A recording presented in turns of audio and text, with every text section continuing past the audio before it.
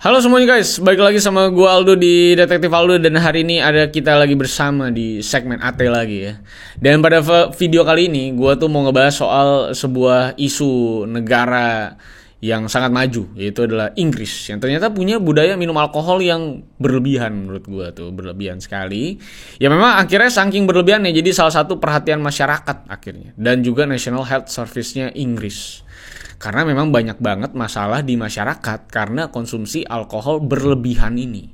Dari mulai masalah ketertiban ya, lo bayangin ya, sampai masalah kesehatan yang setiap tahun itu terus bertambah. Jadi kadang mesti bersyukur juga di Indonesia kenapa kita dilarang-larang banget minum alkohol gitu ya. Tapi tentunya sebelum mulai ke videonya ya, gue mau pakai antis dulu seperti biasa ya, biar menetralisir bakteri di tangan gue. Cukup semprotnya 2 kali saja. Kalian abis itu bisa gosok-gosok 4 detik ya. Itu nanti kuman-kuman akan langsung meninggal guys ya. Dan ini memang udah menjadi andalan gue ya. Dan memang ini antis ini sudah terbukti jadi hand sanitizer nomor 1 di Indonesia, supaya tangan tetap bersih dan juga bebas dari kuman gitu ya. Dan memang tidak bikin tangan kering dan lengket juga, dan kebetulan wanginya juga enak nih ya. Si antis ini yang wanginya jasmine tea, yang memang harum banget, bisa lo cium. Makanya gue selalu sedia antis juga yang udah berstandar food grade juga kebetulan. Jadi aman kalau misalnya kalian lagi di luar dan pengen makan, itu tinggal semprot aja ke peralatan makan kalian dan kuman itu langsung mati. Jadi kalian itu bisa langsung semprot aja nih, misalnya ke alat makan kalian, ke garpu misalnya 2 kali, itu ke sendok 2 kali gitu kan. Habis itu kalian tinggal langsung lap aja. Nah habis itu langsung bisa digunakan gitu ya. Dan sekarang tangan sudah bersih gitu ya, dan memang ini udah paling ampuh dan aman banget ya sebenarnya si antis ini.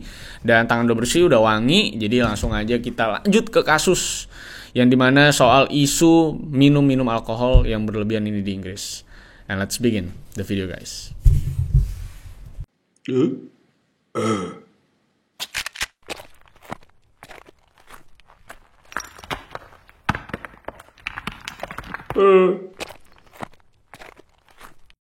I lost myself. I waited still for a glimmer to arrive. I know it will. Oke, kita bakal ngomongin soal budaya minum alkohol di sebuah bangsa ya. Mungkin kalian juga tentunya pastinya udah gak asing lah sama budaya yang memang melekat dan erat sekali sama negara-negara di barat ya, emang karena banyak musim dingin juga. Dan karena memang kalau kita dari dulu lihat di film ataupun mungkin dari pajangan di rumah-rumah zaman dulu, itu kan biasanya memang ada wine, vodka atau whisky lah dari Eropa gitu ya, terutama yang daerahnya pada dingin gitu. Dan film-film Hollywood juga pastinya banyak banget yang ngasih lihat budaya minum-minum kayak gini, dan kesannya tuh fancy gitu, keren gitu. Nah tapi dari budaya yang mungkin kita bayangin keren dan fancy, kayak misalnya lu mungkin ngebayangin minum di Paris, nge-wine sambil makan steak kuda di Paris gitu ya.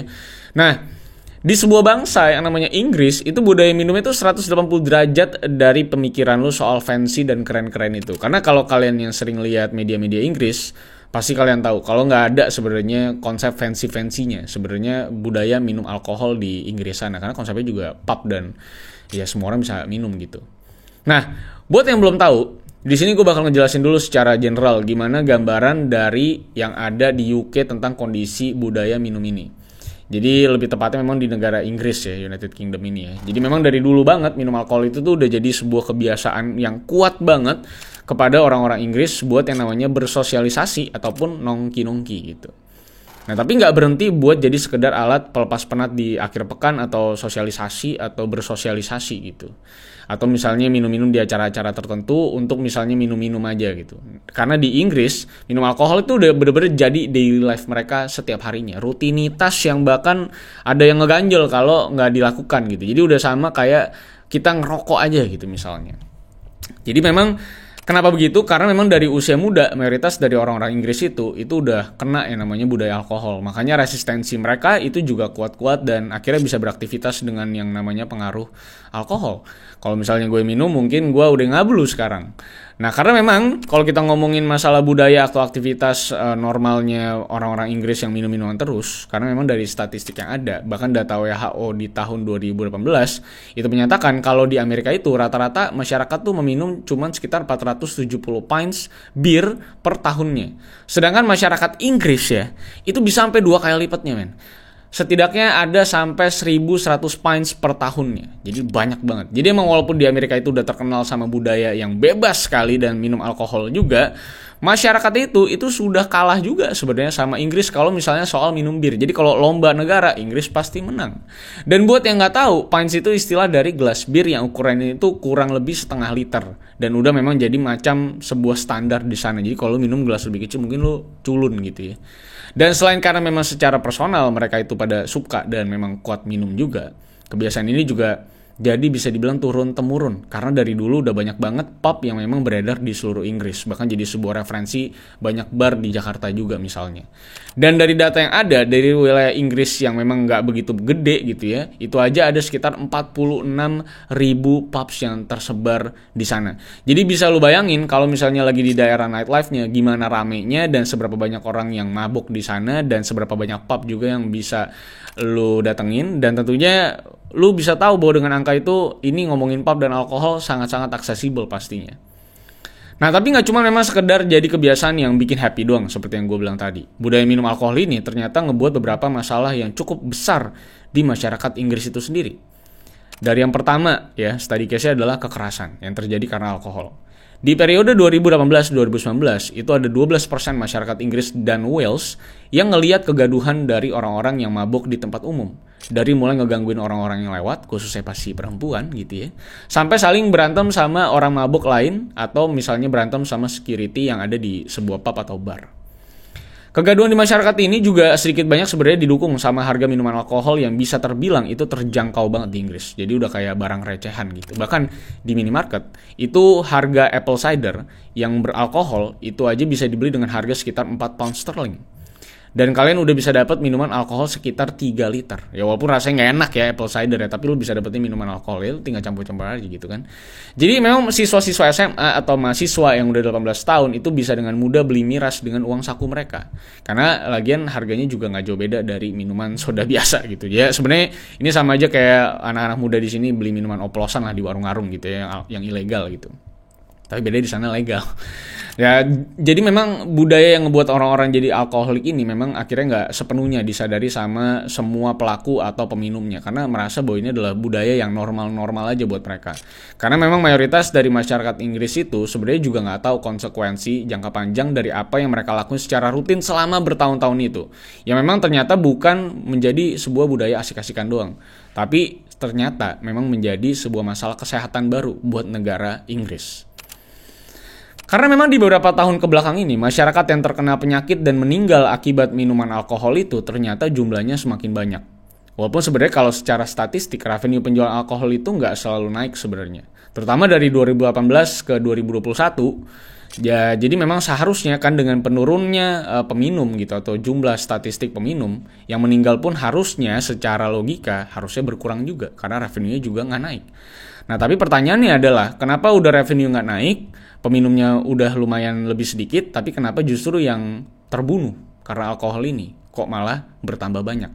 Jadi nggak sejajar sama datanya. Nah ini jawabannya itu dijelasin sama seorang profesor Sir Ian Gilmore dari Royal Liverpool Hospital. Di wawancaranya sama BBC Panorama pada tahun 2016, dia tuh ngejelasin kalau di beberapa tahun terakhir itu pasien yang terkena penyakit liver atau hati itu meningkat dengan cukup signifikan. Dan yang jadi penderita paling banyak itu adalah ya para kaum baby boomer alias orang-orang di usia parubaya sekitar 45 sampai 55 tahun. Generasi yang kadang-kadang bandel kalau diomongin kan. Ya memang sebenarnya adalah generasi yang sudah minum bertahun-tahun alkohol dan ya tentunya tidak sadar akan konsekuensi kesehatannya karena sosialisasinya nggak ada pada saat itu. Dan yang jadi penyebabnya itu adalah memang udah jelas, yaitu adalah konsumsi alkohol yang ngebuat para generasi baby boomer ini jadi tidak sehat dan mengalami penyakit liver yang cukup dahsyat gitu ya. Yang memang menjadi faktor masalah utamanya adalah kata berlebihan di sini. Yang memang bukan berarti kan mabuk-mabukan tiap hari doang sebenarnya jadi faktornya. Karena dari apa yang Sir Ian bilang, kalau hati manusia itu sebenarnya itu punya threshold sendiri. Sama seperti perasaan gitu ya kalau ngomong gini ya. Jadi memang intinya kalau organ hati lu atau organ hati seseorang itu cuma bekerja sebanyak 10% pun sebenarnya, ya sebenarnya orang tersebut tuh masih bisa hidup dengan normal. Cuman memang kalau kebiasaan minum alkoholnya itu terus dilakukan setiap hari, kayak cuman misalnya 1 gelas per hari pun, itu sebenarnya bakal bisa ngerusak jaringan hati seiring berjalannya waktu. Jadi dari yang tadinya sepenuhnya sehat, bisa tiba-tiba meninggal cuman dalam hitungan minggu, kalau memang kondisi hatinya itu mengalami penurunan terus-menerus dalam jangka waktu tertentu. Selain itu, yang bikin susah dalam treatment para pasien yang udah jadi pecandu, ini memang adalah masalah adiktifnya atau POS-nya. Karena memang dengan penurunan konsumsi alkohol yang secara tiba-tiba dan drastis, para peminum ini itu bisa mengalami yang namanya kejang-kejang. Udah kejang-kejang, menggigil, dan bahkan sampai meninggal juga. Karena bisa dibilang kayak narkoba ya, bisa sakau gitu guys. Nah tapi dengan fakta tersebut, mirisnya masyarakat itu rata-rata meminum sekitar 320-an sampai 320 gelas bir. Jadi itu per tahunnya orang-orang itu anggapannya cuma istirahat minum bir itu sekitar 40 hari itu liburnya. Dan sisanya itu minum bir minimal 1 gelas per hari. Jadi ini udah kayak air minum yang bisa lo taruh di galon sebenarnya. Makanya konsumsi masyarakatnya itu tinggi banget sebenarnya. Jadi NHS atau National Health Service-nya Inggris itu juga memang akhirnya karena melihat data tersebut, akhirnya mereka membuat guideline berupa anjuran maksimal konsumsi alkohol per minggunya. Dan NHS ini menyebut itu sebagai 14 units guideline.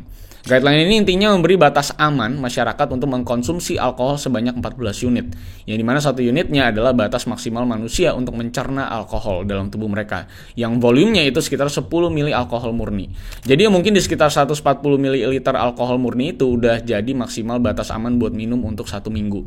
Dan guidelines ini tuh harus jadi label yang ditempel di botol minuman beralkohol yang dijual di toko-toko, yang tentunya menjadi salah satu tanda kalau ini tuh komoditas yang harus dikasih warning sama kayak rokok yang ada tulisan rokok membunuhmu di packaging rokok yang gambarnya lucu-lucu gitu kalau di sini.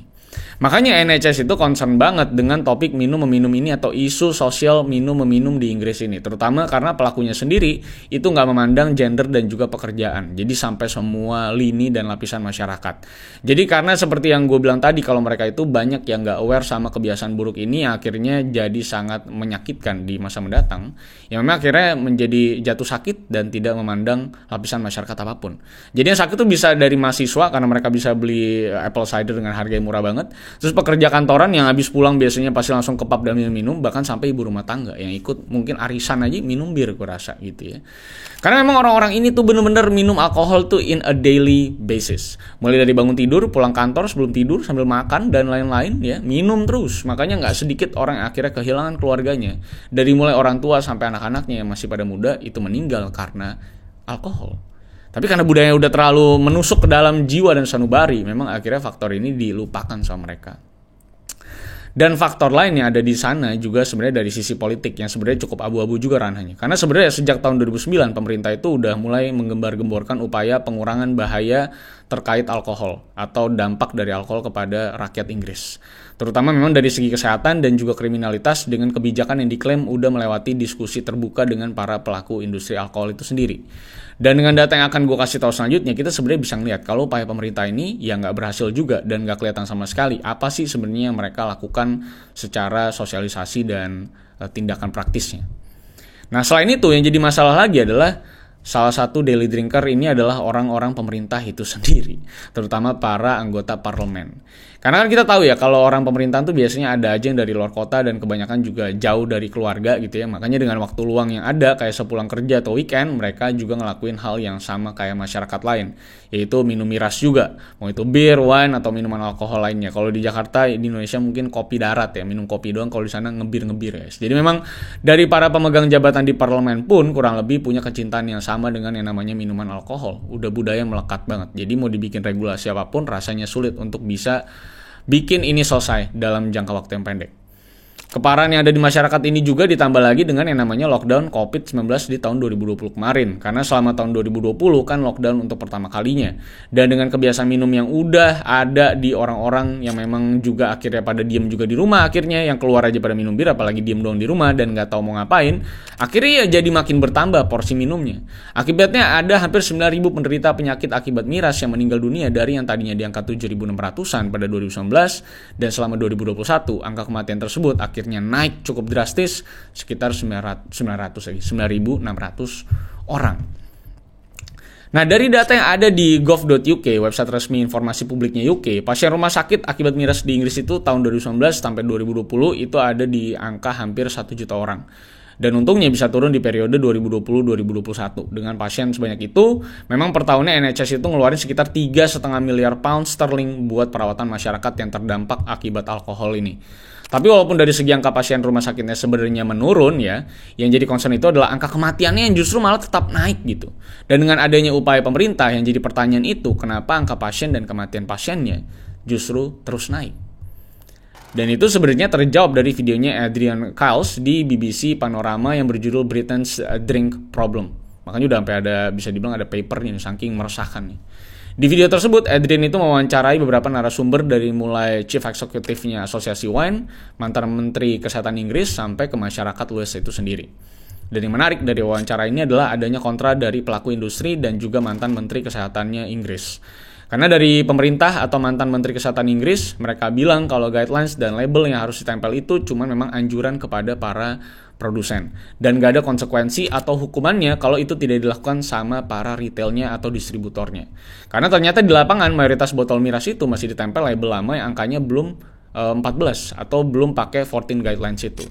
Dan tulisan dan gambarnya juga katanya memang diproduksi secara kurang jelas. Jadi emang sengaja-ngaja gitu, biar orang tetap minum dan gak aware sama bahayanya. Makanya mereka sebenarnya mau industri itu benar-benar taat setelah semua isu ini diselesaikan secara legislatif, yang intinya ada aturan jelas buat para produsen. Intinya benar-benar bisa ngasih konsekuensi kepada para pelaku industrinya yang memang akhirnya membangkang dari rules yang dibuat. Selain itu mereka juga mau kalau self-regulation alias kesadaran diri masyarakat itu juga jadi titik berat dalam penanggulangan wabah kecanduan alkohol ini yang menghilangkan banyak nyawa. Sedangkan di sisi lain, produsen sendiri merasa bahwa nggak perlu ada campur tangan pemerintah di sana. Karena mereka ngaku kalau sebenarnya nggak apa-apa kalau penjualan mereka tuh turun, asalkan bisa ada penurunan angka pasien dan kematian akibat alkohol, tapi ya minuman mereka tetap bisa dijual. Ya walaupun pasti mereka juga pengennya kan tetap aja jualan sebanyak-banyaknya ya, mana ada pebisnis juga yang mau rugi, apalagi udah untung berpuluh-puluh tahun ya, perusahaan yang sudah generasi ke generasi gitu. Dengan adanya regulasi meminum dengan sehat kan pastinya akan ada penurunan sales yang cukup tinggi pastinya.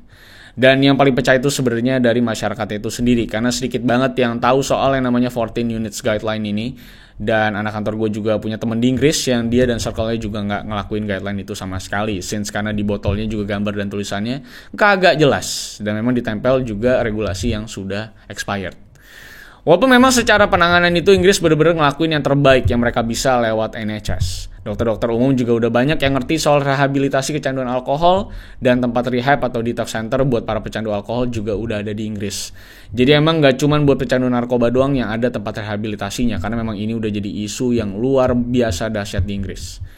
Dan dengan ketidakefisienan si 14 units guideline yang dibuat sama pemerintah dan tidak diberikan sebuah kepastian bahwa ini harus ditempel atau tidak di para distributornya dan para pembuat wine dan alkohol ini, ya sebenarnya Inggris itu bisa belajar sama pemerintah Skotlandia yang juga terkenal sama peminum-peminumnya, yang memang akhirnya berhasil menang dalam perdebatan soal harga jual minuman beralkohol.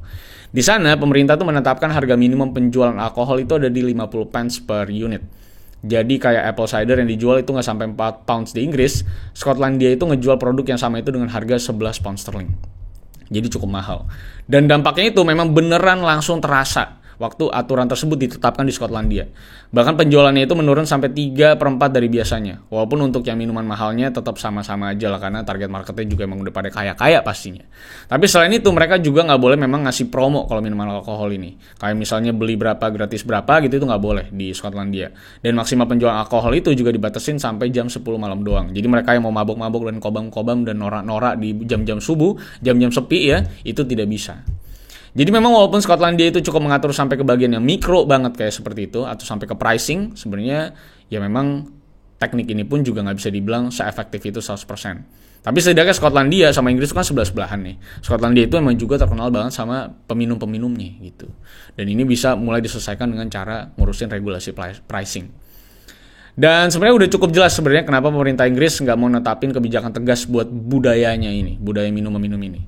Karena datanya itu memang nunjukin kalau dari minuman kayak vodka, bir, wine, dan cider itu emang gede banget taxnya.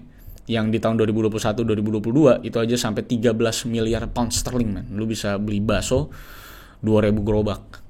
Jadi memang kalau lihat dari data Statista, ini penghasilan yang luar biasa buat negara Inggris kalau kita ngomongin dari industri alkoholnya.